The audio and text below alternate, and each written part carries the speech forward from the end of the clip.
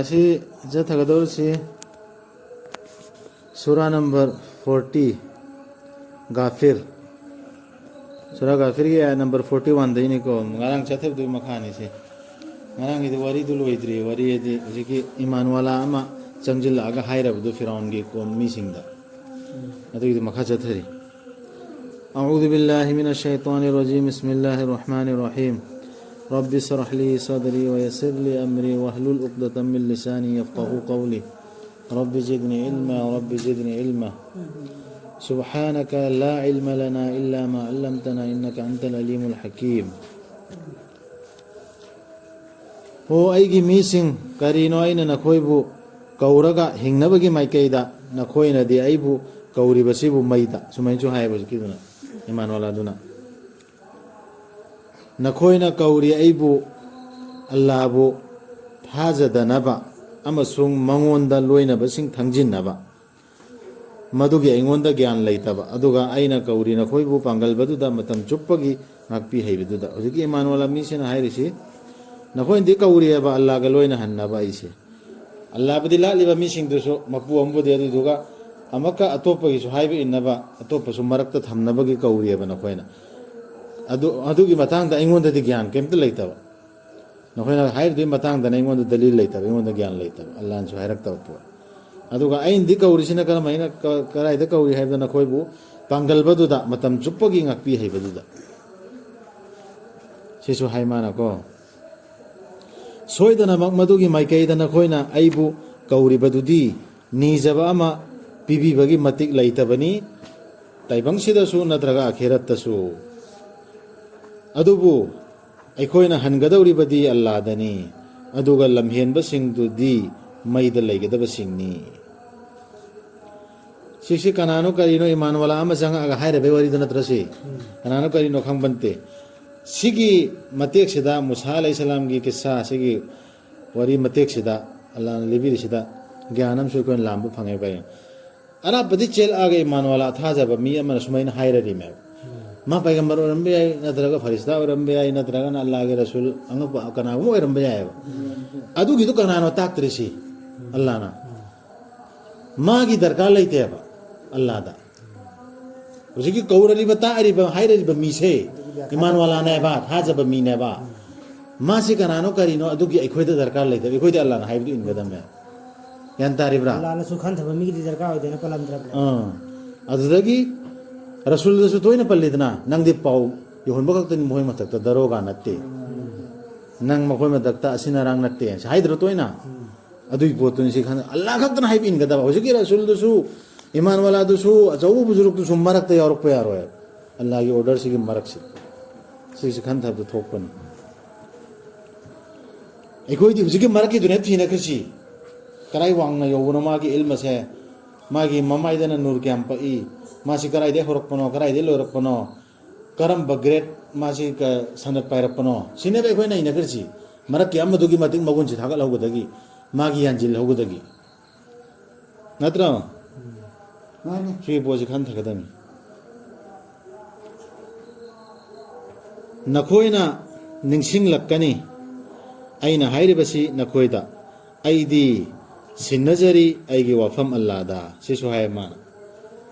तसेंगनमक अल्लाहदी उबनी मागी मनाइसिंगबु अइदी अल्लाहदी सिन्नजरेबा नखोइना खांग निंगसिंग लक्कनेबा हाइरमदे यौहल्ली यौहंदे से खांग कनेबा अइदी अल्लाहदी सिन्नजरे अल्लाहदी उबनी मागी मनाइसिंग अल्लाह न उरी एबा डायरेक्ट तारी उरी मनाइसिंग अदुना मरक्की शिरक तौबगी दरकार लैते मरक्ता कना मम यानबगी अदुना अल्लाह न ngakthokpi ki mabu मखोइना तौखिबा सराउगी फत्तबा सिंगदगी हुजिकी इमानवाला दु अदुगा पुमयोम योम सनकी फिरौन की मीसिंगबु फटखिद्रबदंदीना हुजिकी इमानवाला दु दिंगा थोखरे फरिस्ता ओइरिब्रा रसूल ओइरिब्रा पैगंबर ओइरिब्रा नद्र एखोय गुंबा इमानवाला इमानपुर हाइबा मी अमा ताइबंग मी जमजमबम ओइरिब्रा अदु अल्लाह ना पंद्रे एखोयदा अदुगी दरकार सु लैत्रे अदु मादी अल्लाह ना कन बिखरे मा मेसेज ये होलमे अफब इमानवाला नि मादी अल्लाह ना नांथोन खरे दंदीदगी फिरौन की मीसिंग योमसिन खरे अदु सरी सी मेसेज सु फंगे ईमान वाला हुजिक की अल्लाह के आयासी यौहल्ली बसिदा अमल तौरी मीदुदी अजाब तगी दंदीदगी नांथोकने बल्ला मथन खतर मी भक्तनी सी कनख्रिसी मी भक्त कनखिबै नत्र इशारा फंगिसी सिसी खान थगदन मैदुना याइरी मखोइबु मदुदा अयुक अमसुंग नुमिदांग वाइ खुदिंगी अदुगा नुमित्तुदा पुंगफम दु लाक्लबदा हाइबीगनी चंगहल लो फिरौन की मी सिंबु ख्वाइदगी कनब दंदीदा कयामत सुहायरने हुजिक मईदे याइरगा अदि मखोइदा उहल्लीदना अयुनुमदांग याइरी हाइबदी उहल्लीयबा मखोइदा उटली अतोप आयात याउबनी मखोइना लेगिदम मफमदु मोहन तुमिबा ममंगदा खंगदे हम खंगदे अल्लाह की हुकुम दु उहल्लिया मई याइबे सिदी मई याइबे सिबु मई सि साब्रो मैखुगुंबा कैगुंबा लाक्तरो मैनिंदी फंगद्रो अदु मई याइ अतोप आयात याउरमी मखोइदा दुम उल्ले दुम उहल्लेना मंगोय करियो दुम उहनगन अल्लाह दना खंगरे सीबसिदी तुम्बगा पंखक्ति दौखरेदना चमाना बै मोंगो सीबमी हराव पाव जन्नत उहनबा मा दोजक उहनबा मा पुमतुम तुमखिबा मा मखल अहुम से कुरान दगी फंग पुमतुम तुमखिबा अस्कानानो फे होदोर इसे हायदा बगांगो परा तुमखिबा कारानो फे होदोर इसे तुमगाय तुमम बाय बगांगो अमा अदरगी वाना मंगद साथीना वाना तुम्बा हता मई मनाक्ता जायरा तुम्बा मा मंगोय करियो अदरगी माना फंगदबा जन्नत तु अदु हल्लगा तुम्बा तुमदी तुमदर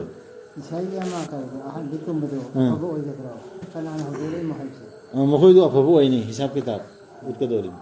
मयाई ओइबा कांगबु ग्रेड 1 दी जन्नत उरनीदना अदरगी ग्रेड 1 जन्नम गिना सोमदा करी उरनीदना मैखु याइदौरी मई याइदौरीदना अदरगी ग्रेड मरक किसी मयाई मरक किसी तुम मगा मोहि नुवायना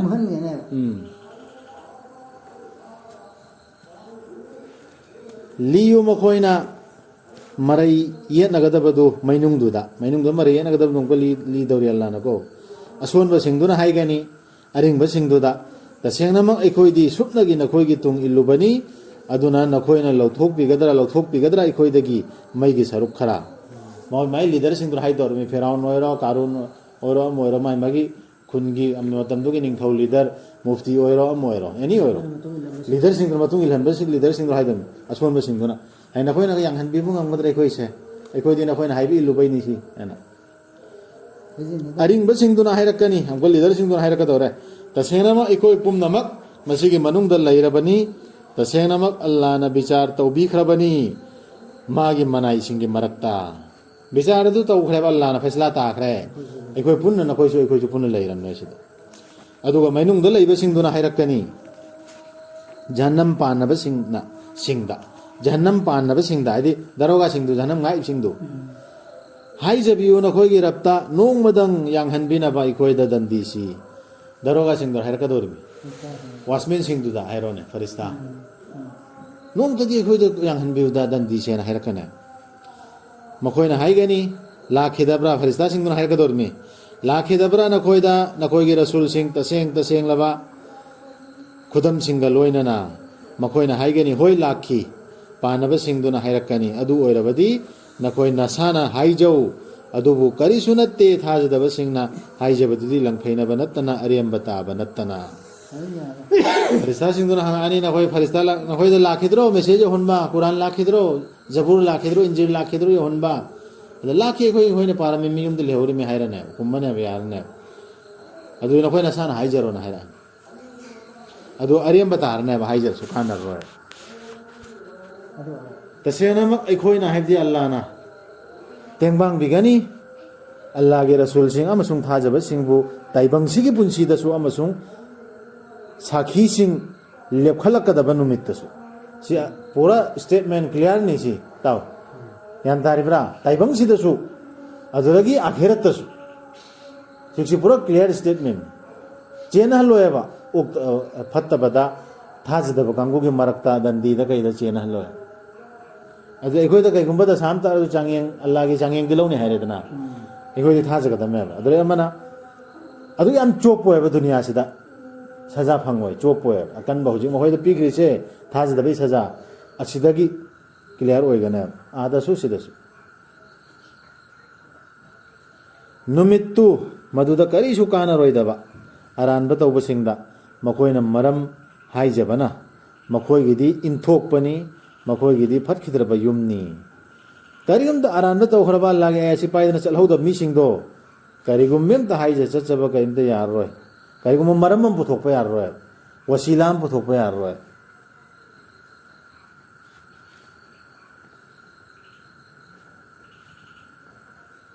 सोइदनमक अखोइना हाइदि अल्लाहना लमजिंग पीखिबनी मूसादा अदुगा अखोइना सोतु ओइना फंगन बिखिबनी इस्राएल गी मचासिंगदा लाइरिकतु सिगिसी अल्लाहना मूसा अलैहिस्सलाम दा लमजिंग पीखि सोतु ओइना लाइरिक पीखरे लाइरिक सोतु ओइना फंगनखरे इस्राएल गी मचासिंगदा फिरौन तौरमिसे मरु ओइना अतोपा याता थेंगरखिनि तो ग्रुप ग्रुप कांगबु सेमम बने कांगबु ट्राइन थोले रमिदना कांगबु ख्वाइदगी कांगबुसिंगसु थाक खाइदोअमे फेराउन माना खरा ग्रेड वांगबा माना रिसर्च सगै खाइदोगा सगै अलिंगबगन तौनद्रो अदुमै फेराउन मतमना माना खाइदोए ख्वाइदगी हन्थबा जाति बनी इस्राएली मचासिंगी माना नमदन थनमिसि मिनाय वसे नमिसि अदुगी हन्थन नमजिन थंबदोनेबा अल्लाहना सोतो ओइ हलौरिसि मूसादा लाइरिक पीरगा मूसा अलैहिस्सलामदा लाइरिक पीरगा मखोयदा इल्मसु पीरे नॉलेजसु पीरे तौहीद सि चेन लेहलमना अदुगिने मोइना अचोबने अमत पीग्रिसि ख्वाइदगी सोनथना फिरौन थमंबा ग्रुप तो दलित कांगू हैरो मतम से परमान पीबदा हिंदू सिंह दलित से सोनथना थमद्रो अदु मैना बनी इस्राएल से बनी इस्राएल खंदान से फिरौन सोनथना मखोगी मिनाई मखोगी नुपी सिंह दुसु मिनाई ओइना सिजिननबगी सोनथना थमंदा अदुगी दुनेबा मुसादा लाइक पीरगा अचौबने अमन अल्लाहना पीरगा सोतो एहलो अदि वारिसु एहलो मपु एहलो रे लमदुगिसु इस्लाम गिसु आयत नंबर 54 से मग यंगसी लमजिंग ओइना अमसुंग निंगसिंग हनबिबा अमा ओइना बुद्धि लैबसिंगदा हजिकी मखोयदा पीरदु लमजिंग सु ओइबा पौताक लमजिंग सु ओइबा अदुरगी निंगसिंग हनबिबा अमा ओइना बुद्धि लैबसिंग वखल लौसिंग खनथबा मिगी नत्रसि करिनो मखोयदा बनी इस्राएल दा पीखरि पोतो मखोयना सोतो फंगौरिसि फिरौन गे दुक चावरबा लमदु सासंदु लेंगाक सासंदु मखोयदा सिन हौरसे दुक सोथबा लेकाइदुरा सिनरमिसि करिनोना खनथबा बुद्धि लैबा मिसिंगददि लमजिंग ओइदोरि हुजुकिस अदुना खांगलो ओ मोहम्मद सल्लल्लाहु अलैहि वसल्लम हा अदुना खांगलो ओ मोहम्मद सल्लल्लाहु अलैहि वसल्लम तसेनमक अल्लाहगी वदादी अचुंबनी नी जौना पाम ngakpinaba amasung saksolu nanggi rabki matik mangal थागतुना नुमदांगवाय अमसुंग अयुक्ता खांगलो हारसे रसूल सल्लल्लाहु अलैहि वसल्लम दनी रसूल अल्लाह ना लमजिंग आबा रसूल सल्लल्लाहु अलैहि वसल्लम लाइक पीदना माना अचुंबने दो माना अहानबा मुस्लिम ओइरा आबा अदुगी दो खांगो हायरा अमी अदु इखोयसु खांगदा हनागुंबो एकनबा सी कुरान से आया सी यादबा मी अमना इखोयदा मरियल ओने सबर तगदा मी खांगदा मुकना खुमनरोयदा मी अकनबा अरानबा वहिना खुमनरो खांगदा सबर तगदा मे अदुगो निसु नि जगदा अल्लाह अल्लाह की मतिक मान सोन जगदब नुमिदांग वाइदा नमाज सोनबो ओइरो नमाज की पांथोक्तना अदुगी अयुक्तसु मतेंग निगिदबा नमाज सोनदना अल्लाह दा तस्बीह तरी तौदना अल्लाह की मतिक मगुन थागतना तसेनमंग अल्लाह की आयात सिंगदा मरयत सिंगदो मखोयना मदुगी दलील अमत लाकपन लैतना करिसु याउब नते मखोयगी थबाक सिंगदा चाउजनिंग बनतना हिनत्रो चाउजनिंग बसिगिने ए अखोयगा दुक चाउप करिदुनबु हायरमदरगा नंगना करि खंगदना कुमित कुंब नंगना एना हेत मुक्पने चाउजनिंग नतना मखोयना मदु फंगलरोइदबा अदुना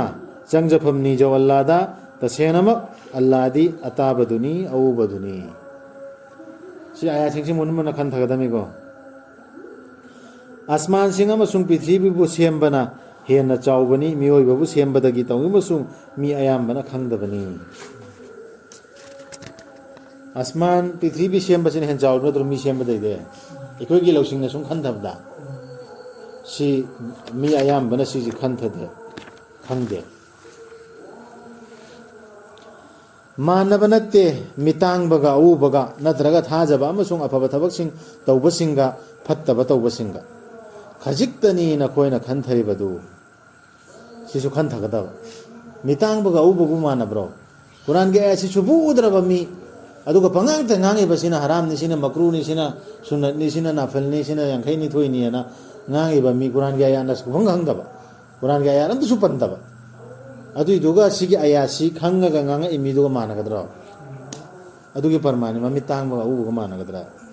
ꯇꯁꯦꯡꯅꯃꯛ ꯄꯨꯡꯐꯝꯗꯨ ꯁꯣꯏꯗꯅꯃꯛ ꯂꯥꯛꯂꯤꯕꯅꯤ, ꯃꯗꯨꯗ ꯆꯤꯡꯅꯤꯡꯉꯥꯏ ꯅꯠꯇꯦ, ꯇꯧꯅꯤꯡꯕꯁꯨꯡ ꯃꯤ ꯑꯌꯥꯝꯕꯅ ꯈꯪꯗꯕꯅꯤ. ꯌꯥꯔꯦ ꯁꯤꯐꯥꯎ ꯇꯧꯔꯁꯤ.